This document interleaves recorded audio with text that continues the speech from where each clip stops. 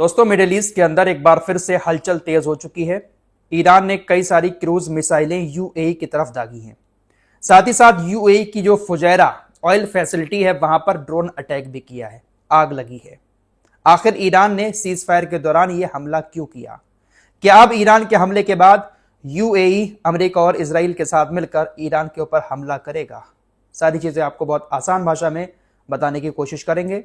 Channel पर पहली बार आकर हमारी वीडियो देख रहे हैं, चैनल को सब्सक्राइब नहीं किया है तो सब्सक्राइब करके हमारे साथ जुड़ सकते हैं। दरअसल आप लोगों को मालूम ही है कि अमेरिका और ईरान के बीच इस वक्त सीज फायर चल रहा है। स्टेट ऑफ हॉर्मुज में ईरान ने नाकेबंदी कर दी है, साथ ही साथ स्टेट ऑफ हॉर्मुज के आगे पीछे अमेरिका नाकेबंदी करके बैठा है। अमेरिका के कई सारे बड़े बड़े खतरनाक युद्धपोत, विध्वंसक पोत समुद्र में इस वक्त गश्त कर रहे हैं। ईरान के जहाजों की नाकेबंदी में लगे हुए हैं, लेकिन ईरान भी डर नहीं रहा है। ईरान ने उन्हीं विध्वंसक पोतों को चेतावनी देते हुए कई सारी क्रूज मिसाइलें अमेरिका के विध्वंसक पोत पर दागी। बाकायदा ईरान की तरफ से क्रूज मिसाइल छोड़ते हुए वीडियो भी जारी किए गए। ये क्रूज मिसाइलें ईरान ने यूएई के एरिया में दागी, जहां पर अमेरिका के विध्वंसक पोत खड़े हुए थे। ईरान की क्रूज मिसाइलें जैसे ही यूएई की तरफ गई, यूएई के डिफेंस सिस्टम एक्टिव हुए और तुरंत उन मिसाइलों को मारना शुरू कर दिया। यूएई ने पूरे देश में लोगों के मोबाइल पर मिसाइल हमले का अलर्ट भेजना शुरू कर दिया। यूएई की तरफ से बताया गया कि तकरीबन 6 हमले हमारी तरफ किए गए। ईरान ने 6 हमले हमारी तरफ किए, हमारे एयर डिफेंस सिस्टम ने सबको रोक लिया। साथ ही साथ जो फुजैरा बंदरगाह है, फुजैरा ऑयल फैसिलिटी, ये वो एरिया है दोस्तों जो स्टेट ऑफ हॉर्मुज को बाईपास करता है। दरअसल यूएई ने एक पाइपलाइन डाल रखी है ओमान की खाड़ी तक। ओमान की खाड़ी में ही यूएई ने अपनी फुजैरा ऑयल फैसिलिटी बना रखी है। यानी फुजैरा ऑयल फैसिलिटी का ये आखिरी छोर है। जैसे पाइपलाइन डली हुई है तो एक छोर तो यूएई के अंदर है और दूसरा छोर ये फुजैरा ऑयल फैसिलिटी पर है। यहां पर आकर तेल निकलता है, यहीं से दूसरे देशों में जाता है। तो ईरान ने यूएई की इसी फुजैरा ऑयल फैसिलिटी पर ड्रोन हमला किया, जिसके बाद यहां पर आग लग गई। साथ ही साथ दुबई बंदरगाह पर भी धमाके की खबरें सामने आई हैं। ये सब ईरान ने धमकी देने के लिए किया। मीडिया रिपोर्ट्स के मुताबिक ईरान ने क्रूज मिसाइलों के अलावा, ड्रोन के अलावा, जो दक्षिणी ईरान का हिस्सा है बुशहर, उस बुशहर एरिया से कई सारी बैलिस्टिक मिसाइलें भी दागी। दावा यह किया जा रहा है कि ईरान ने जो बुशहर इलाके से बैलिस्टिक मिसाइलें दागी थी वो सऊदी अरब और यूएई के क्षेत्र में बने हुए अमेरिकी ठिकानों पर दागी थी। हालांकि तमाम मिसाइलों को इंटरसेप्ट कर लिया गया, लेकिन ईरान की तरफ से इस तरह से क्रूज, बैलिस्टिक और ड्रोन अटैक तमाम इलाकों में किए गए हैं। मीडिया रिपोर्ट्स के मुताबिक ईरान ने ये सारे अटैक सिर्फ और सिर्फ चेतावनी जारी करने के लिए किए थे। दोस्तों, ईरान ने ये जो सारे अटैक किए बंदरगाहों पर, इसमें ऐसी भी खबरें आ रही हैं कि कई सारे मालवाहक जहाज ईरान के हमलों के चपेट में आए हैं। इसी बात को लेकर डोनाल्ड ट्रंप ने पोस्ट भी किया कि ईरान ने प्रोजेक्ट फ्रीडम के तहत जहाजों की आवाजाही के संबंध में कुछ अन्य देशों पर निशाना साधा है, जिनमें एक दक्षिण कोरियाई मालवाहक जहाज भी शामिल है। शायद अब दक्षिण कोरिया के लिए भी इस मिशन में शामिल होने का टाइम आ गया है।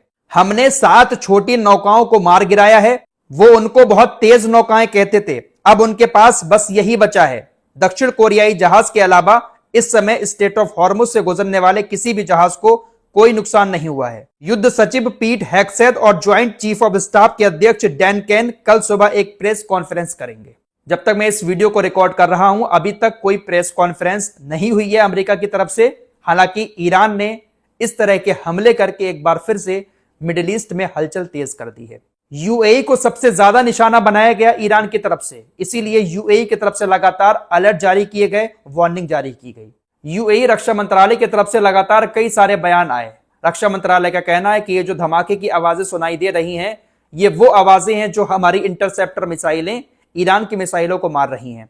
ईरान की मिसाइलें यूएई के अंदर आकर हिट नहीं की हैं, लेकिन जो फुजैरा ऑयल फैसिलिटी है वहां पर ड्रोन अटैक की खबर जरूर सामने आई है। कुछ इस तरह का धुआं भी वहां से उठता हुआ दिखाई दिया है। ईरान की मिसाइलें ये जो यूएई के क्षेत्र में पहुंची हैं, यूएई ने इस हमले की निंदा की है, साथ ही साथ हिंसा का खतरनाक रूप बताया है। यूएई विदेश मंत्रालय की तरफ से कहा गया कि इस हमले के बाद अब हमें पूरा अधिकार है कि हम ईरान के ऊपर हमला कर सकते हैं। अभी फिलहाल हम इस बात को सुरक्षित रखते हैं। यूएई के एक अधिकारी ने कहा कि हम ईरान पर करारा प्रहार करेंगे, हम इन हमलों पर खामोश नहीं बैठेंगे। आपको बताते चलें कि 28 फरवरी 2026 से यूएई के ऊपर तकरीबन 537 बैलिस्टिक मिसाइलें, 2256 ड्रोन और 26 क्रूज मिसाइलें ईरान छोड़ चुका है। एक महीने की शांति के बाद यूएई के फुजैरा तेल टर्मिनल पर जो ड्रोन अटैक के बाद आग लगी है, कहीं ये आग एक बार फिर से जंग को भड़का ना दे। खबरें तो ऐसी आ रही हैं कि बेंजामिन नेतन्याहू भी कैबिनेट की मीटिंग कर रहे हैं। हो सकता है कि इजराइल की तरफ से ईरान पर एक्शन ले लिया जाए। अब ईरान ने ये मिसाइल हमले कर तो दिए हैं, लेकिन दोस्तों ये मिसाइल हमले कहीं ना कहीं हो सकता है कि दोबारा से जंग की आग को भड़का दें, क्योंकि अमेरिका और इजराइल, इन दोनों देशों को आप अच्छे से जानते हैं कि ये लोग अपनी नाक कभी नीची होने नहीं देते। भले ही दिखावे के तौर पर हमले करें, लेकिन हो सकता है कि ईरान को इनकी तरफ से जवाब दिया जाए। डोनाल्ड ट्रंप ने एक बार फिर से चाइना से रिक्वेस्ट की है कि वो स्टेट ऑफ हॉर्मुज में आकर ईरान की नाकेबंदी को खुलवाए। दक्षिण कोरिया से भी कहा है कि आपके जहाज पर हमला हुआ है, अब वक्त आ गया है, आप भी शामिल हो जाओ, हमारे साथ स्टेट ऑफ हॉर्मुज खुलवाने आ जाओ। लेकिन ईरान के मिसाइल हमलों के बाद एक बार फिर से हलचल तेज हो गई है। लेबनान की बात करें तो इजराइल ने लेबनान के 3 शहरों काफर किला, शकरा और यहमर अल शकीफ में एक साथ हमला किया। काफी दिन से लेबनान के बॉर्डर पर भी इस तरह के हमले इजराइल ने नहीं किए थे, लेकिन 3 शहरों पर एक साथ इजराइल की सेना ने हमला किया है। तो हमले एक बार फिर से मिडिल ईस्ट के अंदर शुरू हो चुके हैं और ये हमले एक बार फिर से कहीं एक बड़ी जंग का रूप ना ले लें। एक और ब्रेकिंग न्यूज ये है कि यूएई के फुजैरा तेल टर्मिनल पर जो ड्रोन अटैक हुआ उसमें 3 भारतीय घायल हो गए हैं। वहां पर काफी सारे लोग काम करते हैं।